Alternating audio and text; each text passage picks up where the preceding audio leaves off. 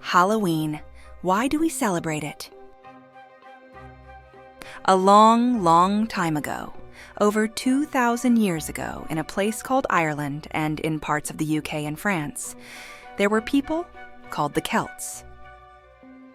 Every year, at the end of October, they had a special celebration called Samhain.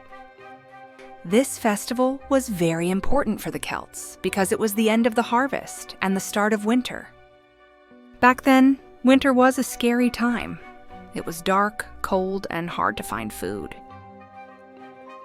But the Celts believed something else happened on the night of October 31st. They thought that on this night, the line between the world of the living and the world of the dead became very thin. This meant that spirits, both good and bad, could come into the world of the living. Some of these spirits were friendly, but others could be dangerous. To protect themselves, the Celts made huge bonfires and wore costumes. These costumes were made from animal skins and heads, so people looked like animals. The Celts thought this would confuse or scare away the bad spirits. Imagine walking outside at night and seeing someone wearing an animal head. Pretty scary, right? The Celts also gave food to the spirits to keep them happy. They didn't want the spirits to come into their homes, so they would leave food outside. Sometimes, they would also decorate their homes with animal bones and hang them around the fire. These decorations were not fun like today's Halloween decorations, but they were to keep the bad spirits away.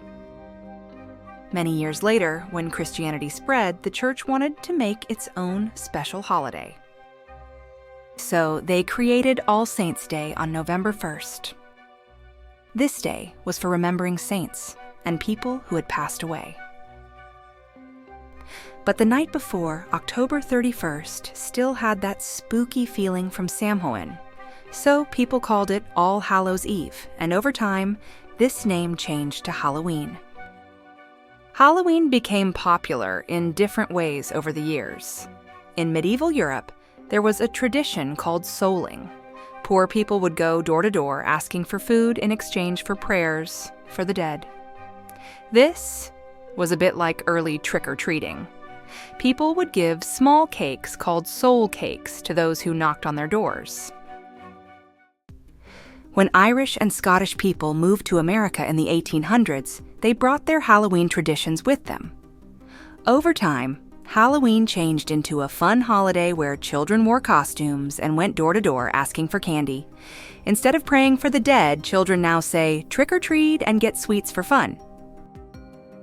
Now let's talk about how we decorate for Halloween. Back in the days of the Celts, people used animal bones and scary masks to keep spirits away. Today we use pumpkins and make jack-o'-lanterns.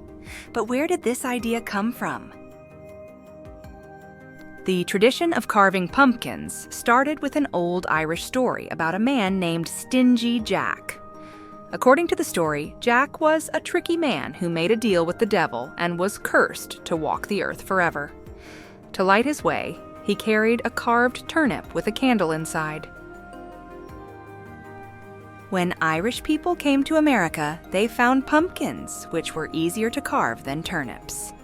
This is how we started making jack-o'-lanterns. Now, people love decorating their homes with all kinds of spooky things for Halloween. You might see ghosts, bats, skeletons, and spiders hanging in windows or in people's yards.